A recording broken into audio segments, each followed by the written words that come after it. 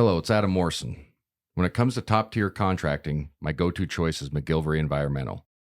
I know a thing or two about excellence, and that's exactly what you'll find with Kip McGillivray and his team. They're not just any contractor, they're the best in Spokane and North Idaho. From start to finish, they ensure your project is completed with the highest quality results. With years of experience and expertise, they handle it all. New construction, meticulous repairs, asphalt paving for residential and commercial properties, excavation, and even environmental remediation. So why wait? Reach out to Kip McGillivray Environmental today by calling 208-556-6384 for your free estimate. Don't forget to mention my name, Adam Morrison, and experience the difference McGillivray Environmental brings to the table. Again, that's 208-556-6384, McGillivray Environmental. My number one choice for all my contracting needs. M4 CPA is a family-owned accounting firm passionate about helping businesses and their owners create a secure future for their families. They pride themselves on the quality of their work and put their clients first, ensuring they get the attention and care they deserve. Their mission is to provide exceptional accounting services to help you achieve your financial goals. M4 CPA is all about building long-term relationships based on trust, integrity, and transparency. With a team of experienced professionals, they offer personalized solutions to meet your needs. If you're a Perimeter listener, here's an exclusive offer for you. Mention the Perimeter podcast when you reach out to M4 CPA and get a free business consultation to assess your financial strategies.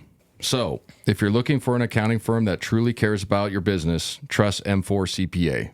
Accounting you can trust with a personal touch. Learn more at m4cpa.com. It's time for Home Team Rewards. Zag fans, get your Bulldog branded ICCU Premier Rewards Visa credit card, the only card where you can earn rewards for everyday purchases while giving back to Gonzaga University. Choose from a Visa Rewards card with a lower rate or a Premier Rewards card with maximum rewards. With no annual fees, card control, and next-level security, you can spend smart from tap to app. Zags, rejoice! Find your card at iccu.com/gozags on approved credit.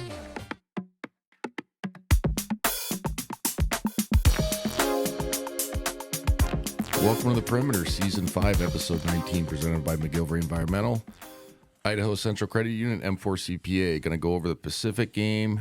Got closer than I think some people expected. We knew it was going to be a closer game. And then talk about the last WCC regular season game at home against Portland, senior night, kind of a revenge game. And then we got St. Mary's at home. So a lot to look forward to. Gonzaga in firm first place. If we beat Portland, we clinch first place, the regular season title, no matter what. Yeah.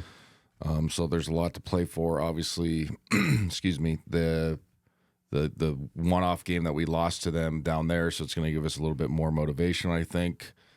And then, to have a game that still means something, but at St. Mary's, where if you lost, it's not going to affect your seating in the West Coast Conference. Will be nice, but also that's another quad one chance to play at their place. So it has some ramifications seating wise for the NCAA tournament. So really looking forward to the game coming up against Portland. First, go over the Pacific game. Halftime, it was tied at 29. I thought their defensive plan was terrific. Pre-game, Huddy and I were talking about their +9 on the glass. They shot like 38% from three, if my memory serves, and then had a pretty good assist to turnover ratio. So you're like, hey man, for being 18-12 or 17-12, but 8-8 in the conference, like this is a team that's like Coach Smart is doing the right things, taking the right steps. And you could see it right away. They were super athletic. Everything had a purpose. They were doing they weren't double teaming unless it was like late in certain situations, but they were just really clogging the lane. So Graham couldn't kind of operate, and he really struggled in the first half. Yeah. Went 2 for 9. We shot 11 for 30. Not great. That's 37%. 2 for 9 from 3. That's 22%. And then 5 for 11 from the free throw line. -5 on the glass as well. Only 3 assists, 2 turnovers. So just defensively, I thought Pacific was terrific. Now Pacific, we forced 11 turnovers, and I was saying at the break, I was like, if we don't force those turnovers and kind of get them off rhythm a little bit, offensively, they could have been up by 10, right? If you're Pacific, you're sitting there, you're going into halftime like, obviously you're excited to be within the game. We're a much better team than them, but it's like, hey guys, like if we can clean up the throwing it all over the yard, we could be leading this team. So we talked about it on the show, and then I talked about it in my pregame. It was like, this is not the Pacific of the past or whatever, but like they always give us problems. In years past, there's always a one-off game where you play them down there or up here, and it's just always like, what? Like they're not very good, quote unquote, and then they just always play a different style. So I was just really impressed with their defensive effort. It wasn't a thing where we weren't focused or anything like that. They just had a good plan. So we go into halftime, obviously tied. Then we get into the second half and just kind of will our way to a victory. It was kind of just like a saw wood, mini runs. We shot it better, 50%, 13 of 26 in the second half, 3 of 10 from 3. That's not great. 13 of 18 from the free throw line, a little bit better. We clean up the glass a little bit. We win the glass a little bit in the second half, so we get to -4. But 5 of 19 from 3 overall. We shoot 42% overall as a team. So it wasn't an aesthetically pleasing game. We only had 7 assists to 4 turnovers, so we took care of the ball. They had 15 turnovers, so they did a better job, but overall not great. Yeah. And we hold them to 47%. They shoot it all right from 3 at 38%. So like I said, if you're the coaching staff, you're like, man, we legitimately had a chance to kind of steal this game. But Graham turned it up in the second half. He ended up having 20 on 8 of 21, but he was 0 for 6 from 3, so kind of regressed back to the mean from beyond the arc, even though he shot it well this season. Davis was the bright spot offensively, 4 or 5, 18 points, 9 to 12 from the free throw line. Tyon was solid with 10 points, and then Inocente's been on a heater, man. Yeah. He had 13 again. 4 rebounds, 4 6. So the last of those, I think 4 games, he's scored over 10 points a game, something like that, right? So he had 16. Yeah. So the last 4 games, he's given us double figures, playing a ton of minutes. I think he's earned them. Plus minus was +9. But Davis, I kept saying it on the on the broadcast. I don't know if you listened, but I was like, let's run actions to him. He's the only guy that can get like a shot off in consistent rhythm. Mario didn't play good, 1 for 7. He had some popcorn out. I thought Braden Smith did all right off the bench. Again, you look at his numbers and it's not going to pop out at you, but like he's been kind of in the flirting with the DNP status.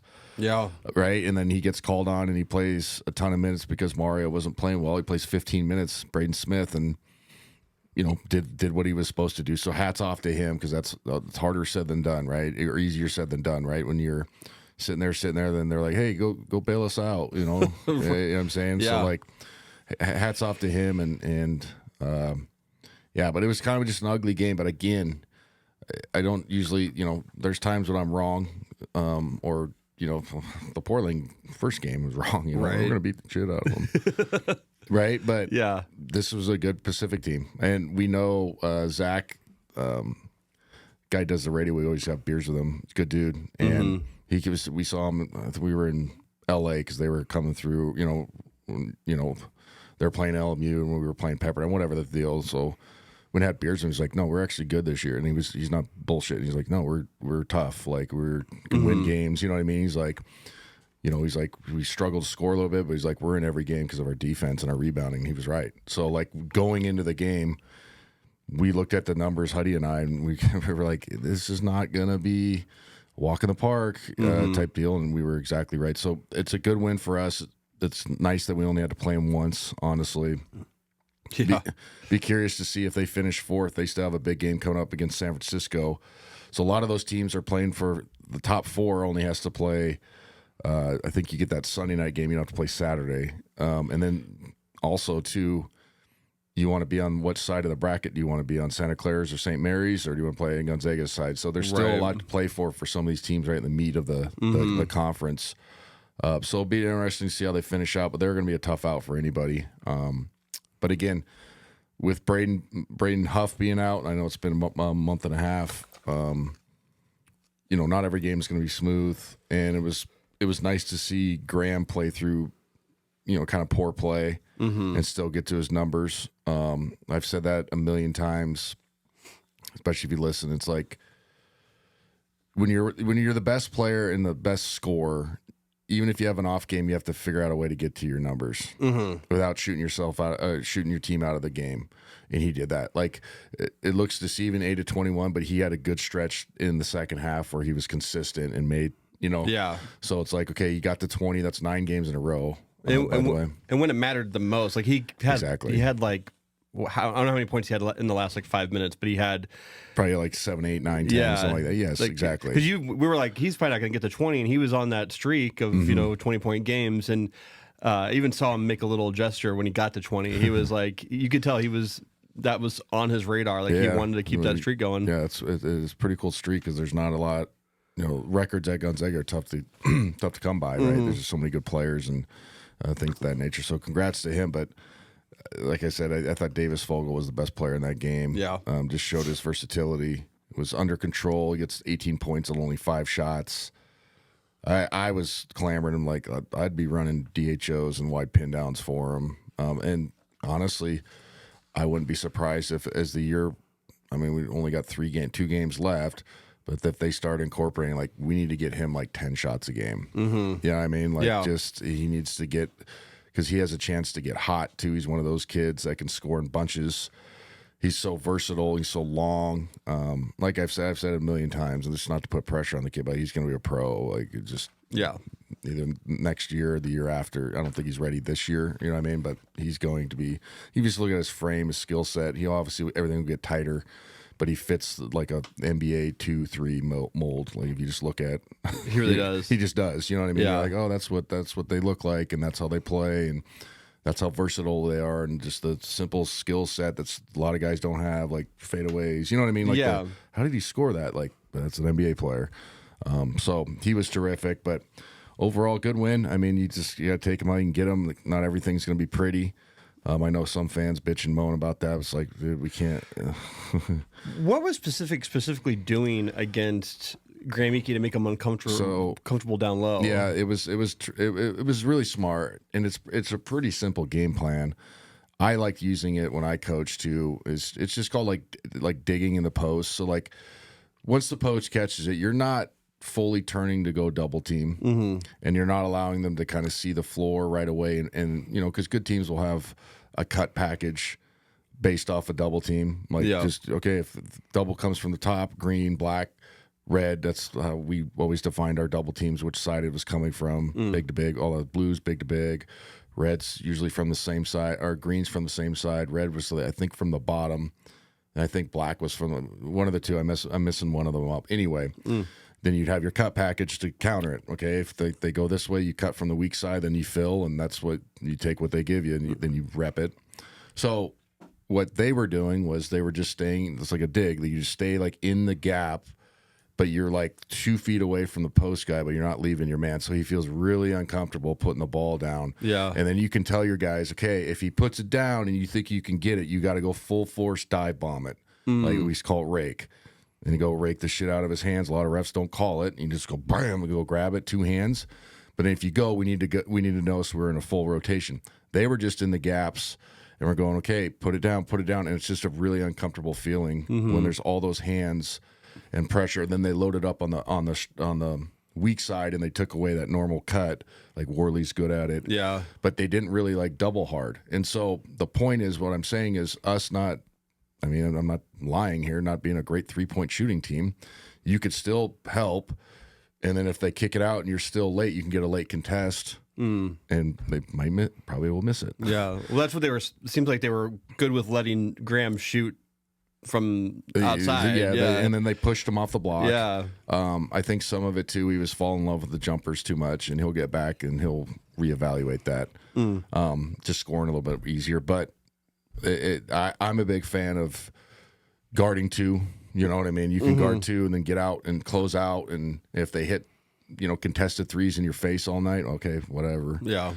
You know what I mean? Because I think double teaming is fantastic if you have the right personnel, but sometimes you're asking your guys to cover so much floor that it is like you're like literally leaving yourself at a disadvantage. And like Graham, Braden, especially, like they're obviously super tall, but they train them to pass good out of it. It's not the olden days where they're when your bigs were bumbling idiots and couldn't handle the ball. Right. You know what I mean? Yeah. Like that. Those days are kind of over. Yes. Yeah. And so like sometimes you're doubling, like, well, thanks, and then all your other guys are going to get either wide open threes or going to go in against the closeout. So Pacific just had a good game plan, really physical with them. That the kid from used to play at UW, and then the Jack, whatever his last name, Jack, number 14. They just both were just pushing him off the block, and so I thought it was a good game plan. They cut hard too. Did you see the one kid's numbers to what was it, Rochlin? He has he has 14 rebounds. And 12 points on 7 field. Like, what a game. He played all 40 minutes, the wing. He was terrific. Yeah. You know what I mean? Even though the Ralph kid only had 12, you could see where he's averaging 16. Yeah. And they just played within themselves. I know that they didn't light the world on fire offensively, but like I said, compared to other Pacific teams, and this is not a knock on the previous regimes, but like, this team plays hard, they cut hard. You could see why they're like kind of a thorn in people's side. And we were lucky enough to understand that going into it. But, good win for us. Going into the Portland game, like I said, Wednesday, senior night, who do we got? It's going to be Graham. So the walk-on guys probably. We have Graham, I imagine. Oh, Tyon, yeah. Tyon. Not Jalen. No, it was Jalen the senior. Yeah. Yeah. So then it's gonna be at least 3. Anyway, just three or 4, for sure. And so those are always fun, and we'll see how it goes. But we're gonna be wide-eyed, bushy-tailed for this game against Portland. So again, this is not a jinx. This is not us thinking that we're better than what we are. But I would be highly shocked if the result was the same. That's going to be fun to watch that Foxwell kid again. The little guard from, I think, Australia or New Zealand, one of the two. Yeah. He's having a good season, averaging 16, shooting decent from the field. He just run around, play crazy. Just had 2 15-assist games. Might have had one besides that. But they have 4 guys that average double figures. They're much better at home, 11-6, 1 of 11 at away. So we'll see how they do and show up against us. But like I said, we will be on full alert against them. So be interesting to see. But again, it's not me. We should win the game.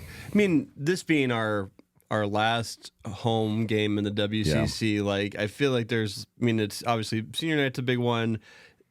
I feel like I wouldn't say there's a lot at stake, but but we're locking up the WCC conference too. Like, there's a lot of reasons to go out there and punch Portland in the mouth. Yeah. No, you're 100% right. Senior night, and then last home game of the year. Yeah, and then you can win the league, and that's one of the goals that we talked about going into this season. That I guarantee was discussed was like, let's win this league. Last time we're in it, and just remind everybody. So. A great opportunity for our guys to achieve something. I won the league 3 times. I didn't lose at home, and I went undefeated twice. So some of that's, I know they're not going to go undefeated, but it's a cool thing to have on your resume. Yeah. Even though it's not an individual thing, it's more cool. They're like, well, yeah, we won the league, man. So you guys are playing for that. And then obviously going into the St. Mary's game, that's going to be curious. Now, if we somehow lose this game, right? Then we're really playing for a lot. But St. Mary's and Santa Clara are going to be battling for that second seed, and we'd have to look back, but it's probably been 4 or 5 years since St. Mary's had to play, a quarterfinal game or whatever, right? Because they're always the top 2, because the top 2s get a bye. So they're playing for something. They've been behind. Santa Clara because they lost, but they have a game at hand. They play each other again. Yeah, they play on Wednesday. On Wednesday at St. Mary, so everybody will be keeping an eye on that. Obviously, St. Mary's is terrific. Morauskas is tough. He's averaging 19. The Dent kid is really good. The little point guard from Australia, he's averaging 13. Mikey Lewis is good, averaging 13, but it's the same old St. Mary's. I mean, I could close my eyes and not even tell you who the guys are, and I'll tell you they're going to be tough. They're going to try to out-rebound you. They're going to be really good. Lower possessions, but they're never going to beat themselves. What I'm trying to get to. They're going to take really good shots, and they're going to put you in a million pick and rolls, and your pick and roll coverages has got to be dialed in, and your guards are going to get clipped. And it's a madhouse when you play them at their place. So it's going to be a fun atmosphere. I'm looking forward to it. Last WCC game, in a gym, in a gym like that. So we are looking forward to it. But they've been on a heater. They've won 1, 2, 3, 4, 5, 6 in a row. Previous to that, they were 8 out of 10, 9 out of 10. You know what I mean? So this is a good basketball team. Always is.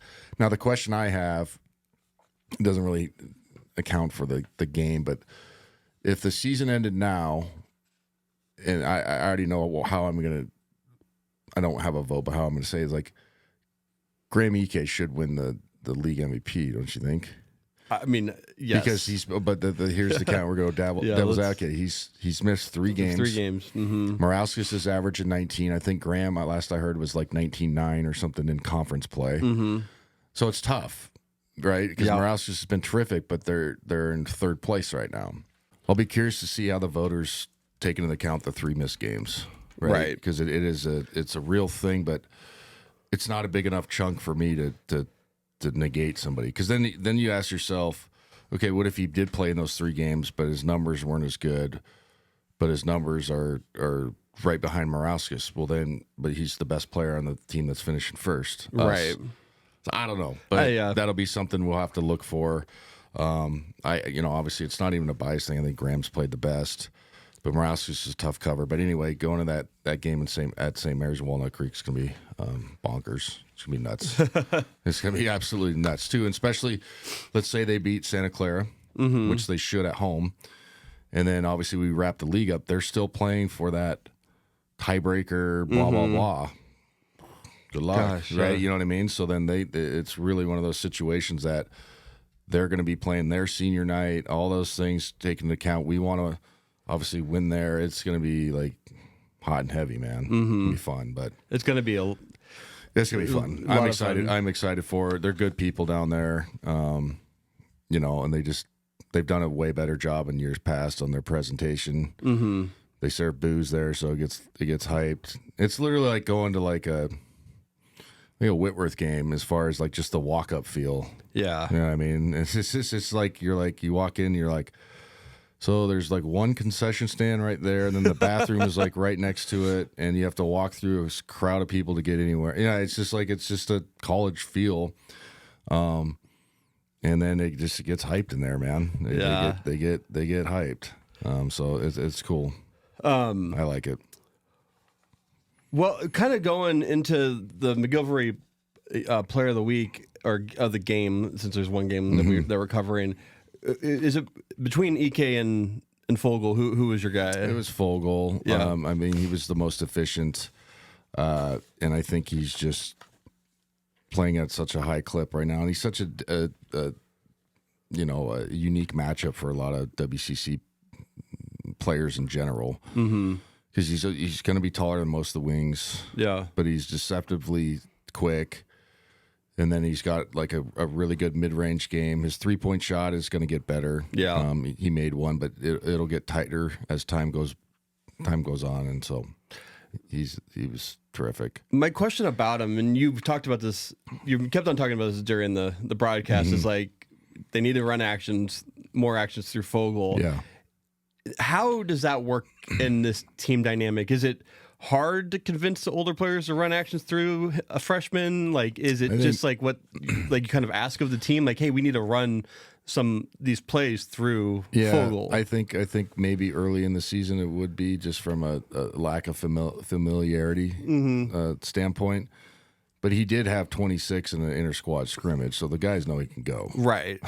Right. So, and then also too, like, if somebody's gonna be like, well, it's a freshman, like if you're not gonna run the fucking play, then just go ahead and sit down. Right. I don't care who I'm calling it to. If I'm going from a standpoint of a coach.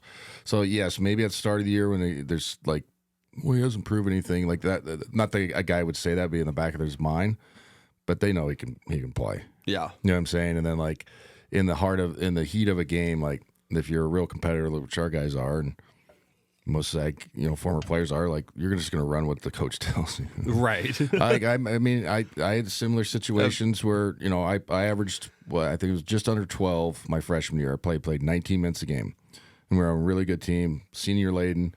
But I found a role to come in and kind of score, and I was an X factor. But they used to run actions for me because they'd just be like, all right, Adam's going to come in and he's going to get a 6-minute run. And if he's rolling, we're going to keep rolling. If not, I'd have some bad. I mean, if I look back, I had 2 points at University of Washington.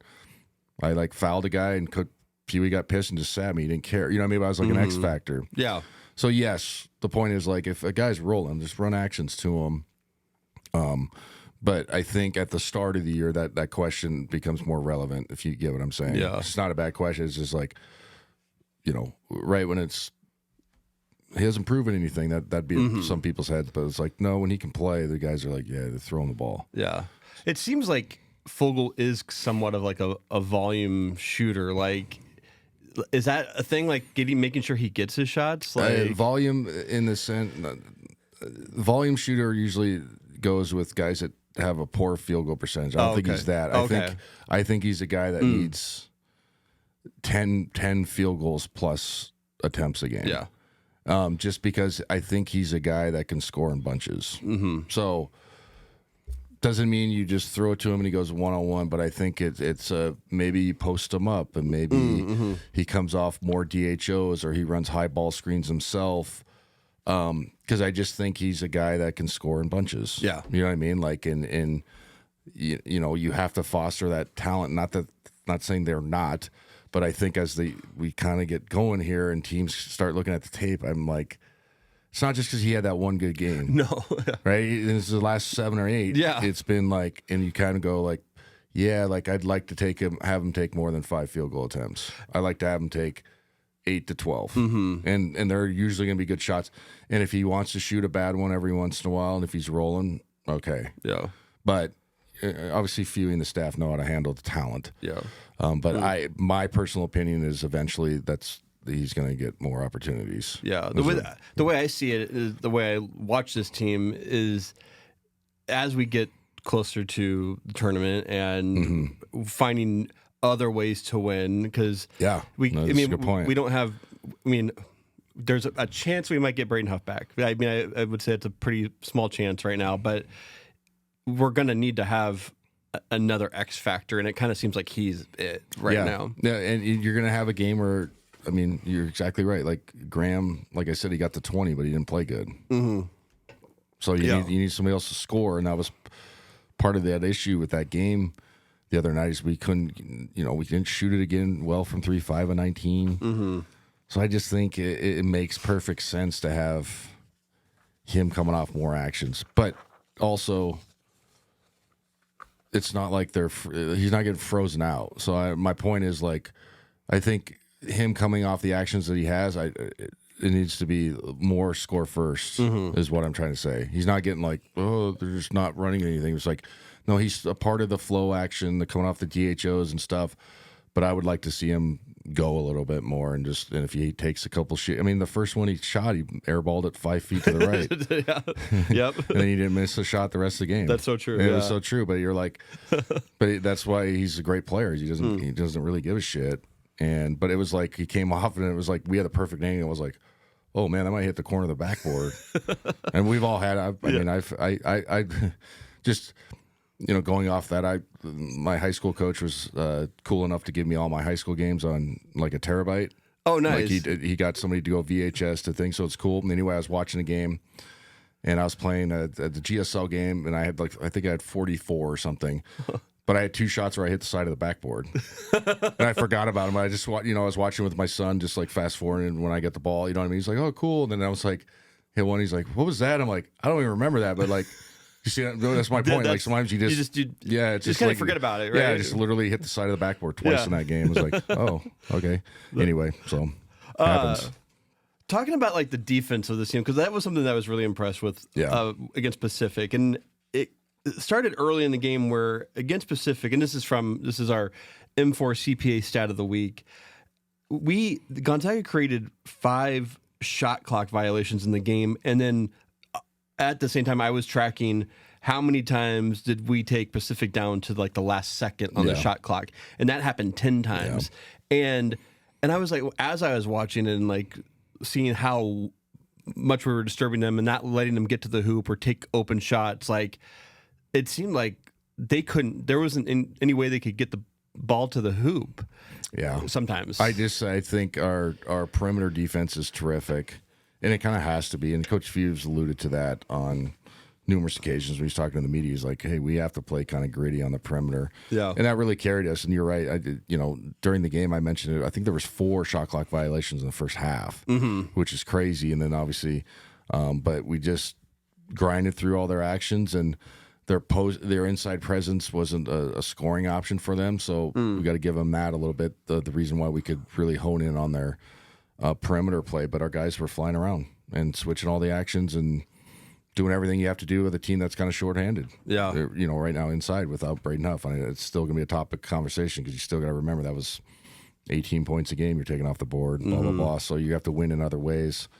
I think the defense, Davis Fogel, Graham grinding his way to a 20-point game was a story, but we got to play better when we play Portland and St. Mary's, but I would not want to be a Portland Pilot on Wednesday night. And that's not trying to be bulletin board or anything like that, but I just think there's so much to play for us.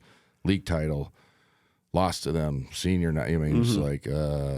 yeah, them taking away our perfect final season, chance for a perfect season, right? And because I had this whole this stat queued up where we went over all the perfect seasons of the year, and then that was all ruined. It's ruined. And but I as a fan, I just want to see them. I just want to see us come out and just kind of take it to them. Yeah, blow them out. Yeah, destroy them. I think it's one of those everybody, and it's like. You could be up by 25. We still want to hear defense chants. You know what I mean? Those type of games. So it's gonna be a good week next week. We'll talk about the St. Mary's and Portland game. Hopefully they're 2 wins. And then we'll kind of start talking about WCC tournament, how that looks, where the seeding will go. What's gonna happen if we play this team, what their Ken Palm is, what the rankings can look like. Right now, they have us as a 3 on the seed line. Oh, yeah. And we'll talk about that once because we got to get through these other couple games. But I think we're probably going to stick in that area unless something crazy happens. Unless like the Iowa States or a team like that loses a couple, who's on the 2 line right now or whatever. You know what I'm saying? So there's still some things, but I think 3-4 is perfectly logical for us, and I think it's fair. But we still got a lot to talk about. Thank you for listening. Thank you to our sponsors, McGillivray Environmental, Idaho Central Credit Union, M4 CPA. See you next week. Perfect.